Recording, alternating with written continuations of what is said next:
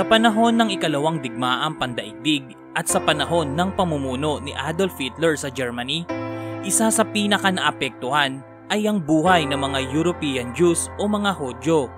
Isang malagim na kabanata sa ating kasaysayan ang naganap sa ilalim ng pamumuno ni Adolf Hitler. Ito ay ang Holocaust. Ang Holocaust ay nagmula sa salitang Griego o Greek na holos na nangangahulugang buo o kabuuan at ang kautos ay nangangahulugang sunugin. Ang salitang ito ay ginagamit para sa mga alay na susunugin sa isang altar. Ngunit taong 1945, nagbago ang kahulugan nito matapos ang malagim na sinapit ng mga European Jews sa ilalim ng pamumuno ni Adolf Hitler sa Germany. Ayon kasi sa kanya, ang mga Hudyo ay mababang uri ng tao at banta sa racial purity ng Germany. Kaya naman nagdeklara siya ng tinatawag na final solution na ngayon ay mas kilala bilang Holocaust. Taong 1939, sa pagsisimula ng ikalawang digmaang pandaigdig ay nagsimulang paalisin ng mga German police ang tinatayang aabot sa 10,000 mga Hudyo sa kanilang mga tahanan at dadalhin sa mga ghettos. Ang ghetto ay isang uri ng lugar kung saan dinadala ang mga Hudyo. Ito ay hiwalay na lugar dahil ayon sa kanilang paniniwala, hindi dapat makihalo sa kanila ang mga mabababang uring tao at ang kanilang mga naiwang bahay at lupa ay pinamamahagi ng German government sa mga German na mula sa labas ng Germany. Taong 1941, sa pagsisimula ng final solution ni Adolf Hitler ay daang-daang libong mga European Jews ang ipinadala sa mga concentration camp sa Auschwitz. At marami ang namatay sa pamamagitan ng paglalason sa mga gas chambers. Ang tanging magagawa na lamang ng mga European Jews sa mga panahong ito ay tumakas.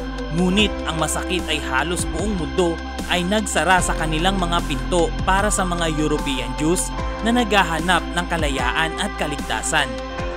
Ngunit habang ang buong mundo ay nagsara ng kanilang mga pintuan para sa mga European Jews, may isang bansa sa Timog Silangang Asya ang taus-pusong nagbukas ng pintuan para sa mga ito, ang Pilipinas.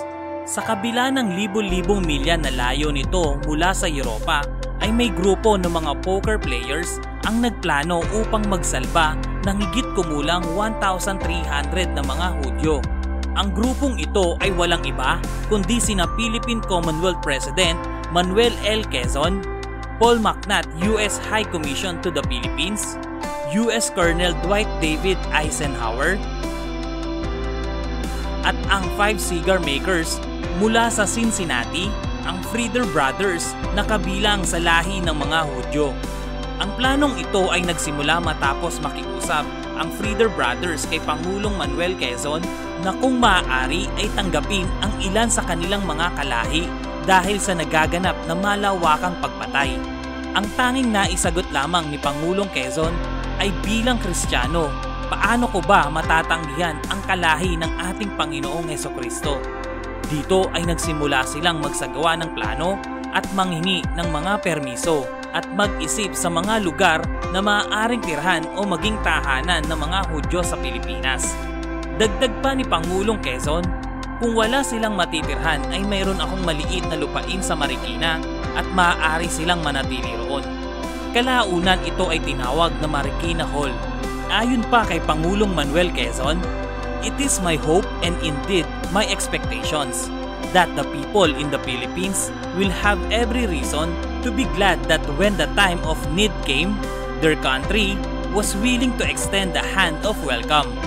At hindi naman tayo binigo dahil sa kasalukuyan ay tinatamasa na natin ang bunga ng kabutihang tinanim ni Pangulong Manuel Quezon.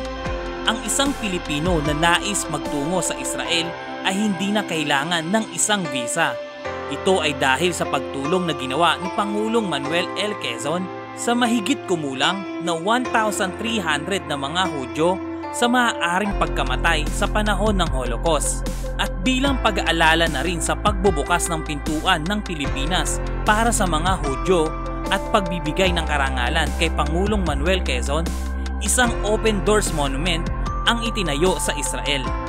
Nakakatuwang isipin na bilang isang Pilipino, ay mayroon tayong isang maipagmamalaki hindi lamang sa mga kalapit na bansa kundi sa buong mundo. Ito na marahil ang isa sa pinakamaningning na kaganapan sa kasaysayan, hindi lamang ng Pilipinas kundi ng bansang Israel.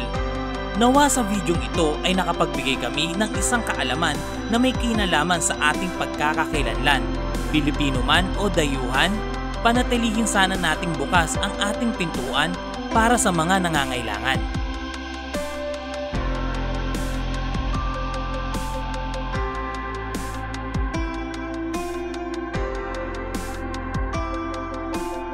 Kung nagustuhan nyo ang videong ito at ang mga ganitong content, bisitahin lamang ang aming Facebook page na Knowledge Power TV.